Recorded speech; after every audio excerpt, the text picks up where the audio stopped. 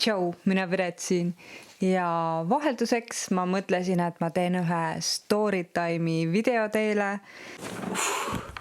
Okei, üks väike teadaanne tulevikust. Praegu meil toimub siin korteris põrandate ülesvõtmine ja järgmises videos te näete ka, mis mul korteris praegu toimub, mis kõigest sellest saab. Aga üks väike vahemärkus võib-olla tänases videos, et ma küll lubasin teile ühes vanemas videos, et ma võtan oma videodelt reklaamid ära, et teil oleks mugavam ja lihtsam neid vaadata, aga kuna YouTube muutis oma seaduseid ja mulle tuli meil, et YouTube'il on õigus ilma reklaamideta videodele siis ise reklaamid peale panna, siis ma otsustasin, et ma siis pigem ise monetiseerin oma videosid, kui lasen YouTube'il niimoodi käituda, aga sorry, et reklaamid on tagasi ja see ei olnud päris minu otsus. Aga nii kauaks, kui me veel mõned siin YouTube'is alles oleme, siis nii kaua head storytime'i kuulamist teile. Viimase paari aasta jooksul ei ole võib-olla väga palju juhtunud, nagu ka paljudel teistel, aga minevikust on veel lugusid võtta, millest rääkida. Osad neist lugudest on võib-olla veidi piinlikumad, aga selle võrra ka naljakamad ja osad on lihtsalt kummalised. Ja täna ma otsustasin teile rääkida ühe veits piinliku või tol ajal see oli ikka päris piinlik lugu, mis minuga juhtus. Praegu ei ole ammu enam selliseid suuri üritusi, sündmusi toimunud ja selles meeleolus on võib-olla eriti äge meenutada neid ammuseid, lahedaid üritusi, sündmusi, mis meil oli. Üheks nendest sündmusteks on kindlasti tantsupeod, kus on endalgi saanud mõnedel kordadel tantsimas käia. Ja minu tänane lugu räägib siis ka tantsupeo juhtumistest, kus ma siis endal kaamerate ees margi täis tegin. Tol korral me läksime siis tantsupeole oma kohaliku Jõgeva kultuurikeskuse tantsutrupiga. Ja rahvatants oli selline üks asi, mis me muude tantsustiilide juures siis tantsisime. Et meie tore õpetaja Merleen õpetas meile igasuguseid tantsustiile alates balleti põhisammudest kuni show-tantsu, rahvatantsu ja kankaanini välja. Nii et see oli päris äge aeg meie elus, kus me saime nii põnevaid tantsustiile õppida, käia erinevates kohtades esinemas, et mingid perioodid meil olid isegi sellised, kus me praktiliselt igal nädalavahetusel käisime kuskil üle Eesti erinevates kultuurimajades, ma ei tea, väliüritustel, erinevates kohtades esinemas, küll rahvatantsuga, küll show-tantsuga ja meil olid isegi sellised väiksed nagu jõuluetendused, kus oli natuke näitlemist ja tantsu ja ühesõnaga see oli päris äge ja põnev aeg ja mul on sellest ajast väga toredad mälestused ja üheks siis selliseks esinemiseks oli siis tantsupidu. Tallinnas sellised suuremad asjad, lisaks tantsupeale olid veel võimlemispeod ja sellised asjad, kus meil oli ka nagu selliseid võimlemiskavasid siis nii-öelda. Aga jah, tantsupeod olid alati superägedad suursündmused, kus need, kes on käinud tantsupeol esinemas, teavad, mis sellega kaasneb, et selline nädalapikkune proovide periood,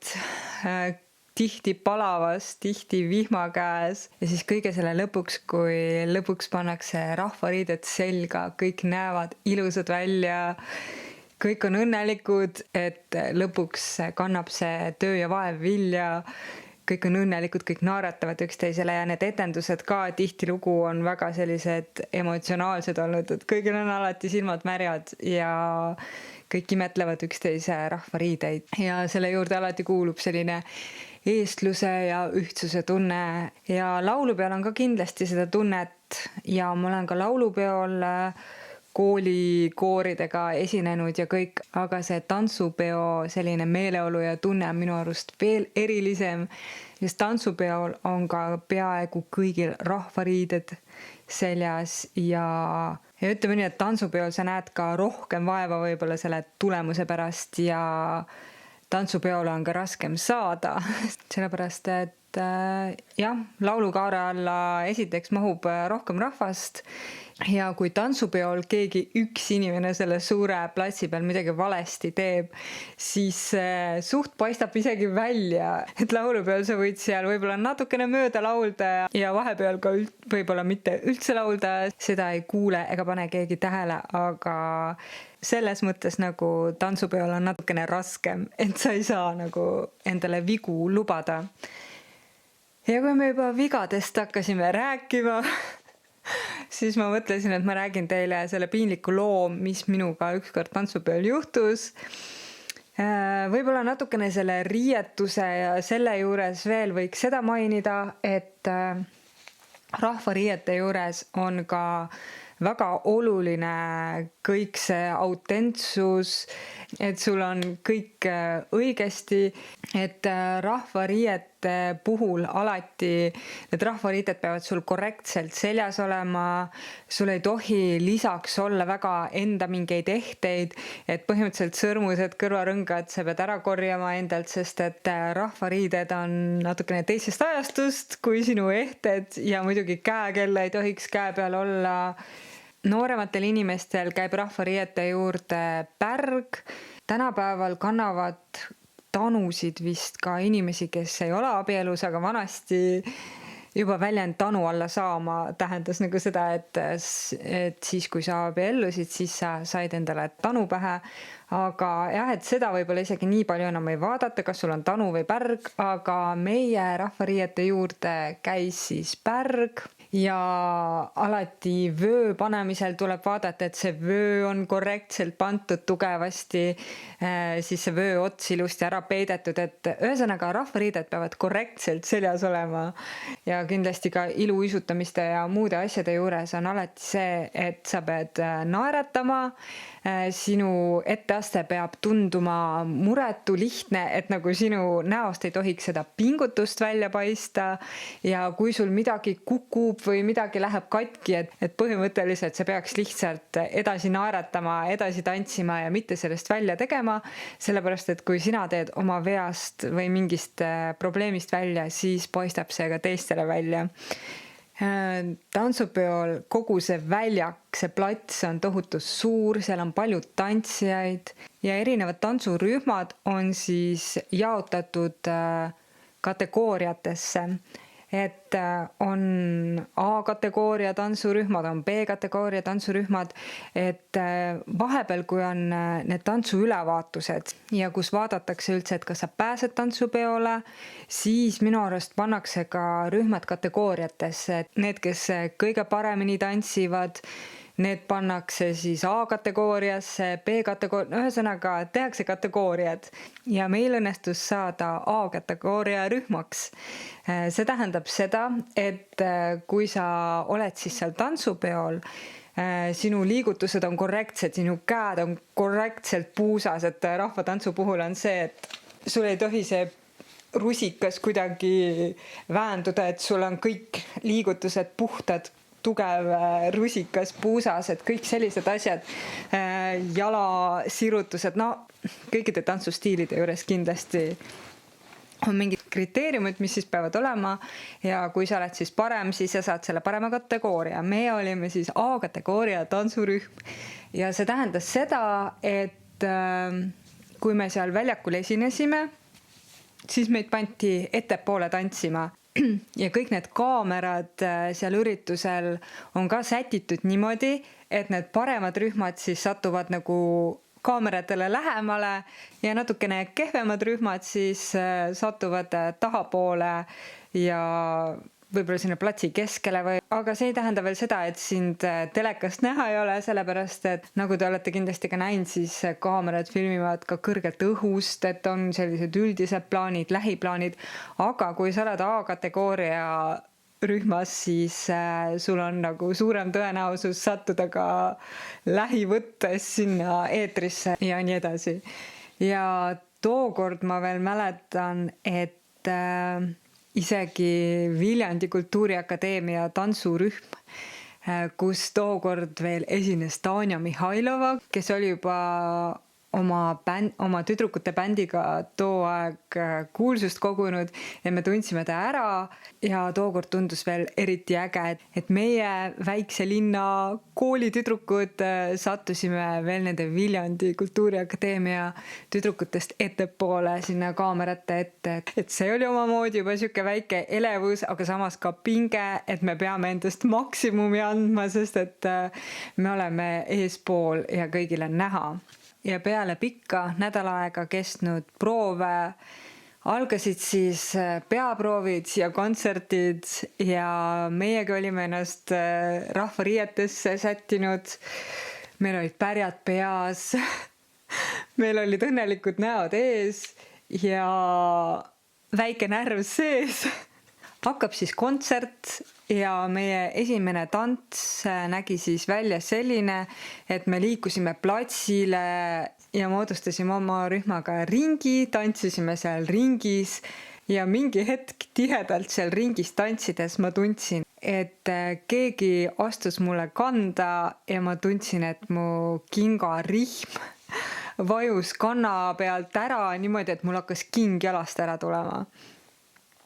Ja ma tantsin ja ma tean, et ma ei tohi kummarduda ja seda rihma nagu tagasi panna, sellepärast et muidu see paistab kõik välja. Me oleme veel esireas kaamerate ees, aga mingi hetk õige pea seal tantsus oli selline koht, kus me pidime kummardama ja ma mõtlesin, et ma kummardan siis natukene rohkem ja haaran oma rihmast ja panen selle kanna taha tagasi, sest et ma lihtsalt põhimõtteliselt varba otsas muidu lohistasin seda kinga järgi ja see ka ei näinud nagu hea välja. Ja siis see hetk, kui ma lõpuks sain siis kummardada ja oma rihma tagasi panna, siis mul kukkus pärg peast ära. Aga kuna me tantsisime seal natuke aega veel ringiratast, siis mul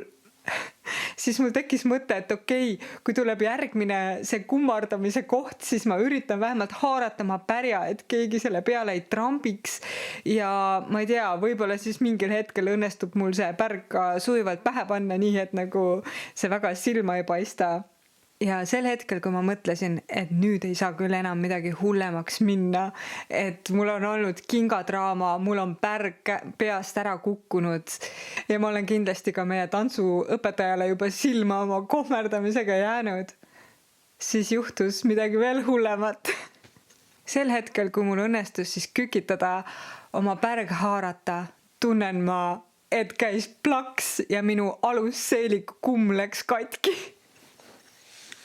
Alati rahvariide komplekti juurde käib ka alusseelik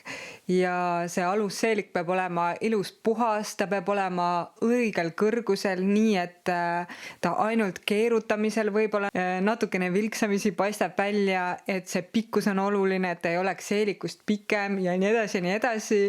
Kõik, mis käib nagu selle rahvariiete etiketi juurde. Ja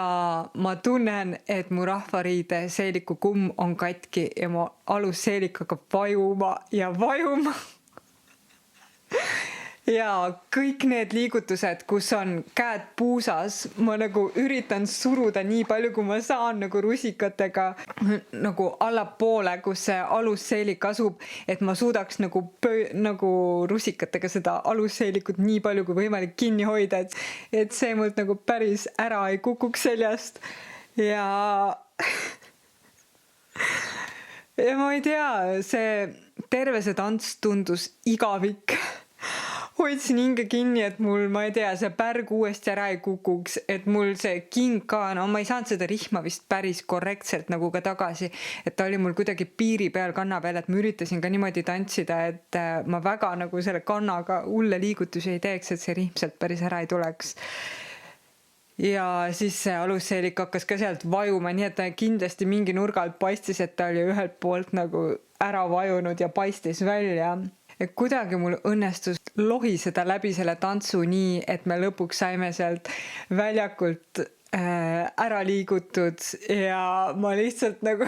kahe tantsu vahel nagu üritasin need probleemid likvideerida. Ma ei mäleta, kas ma vist võtsin seal alusseeliku üldse ära, kuigi ta peab alati nagu olemas olema, sest et mul ei õnnestunud nagu seal mitme tantsu vahel nagu seda kummi kuidagi tagasi panna ja ma kartsin, et lihtsalt vöö vahele susates ta ei jääks püsima.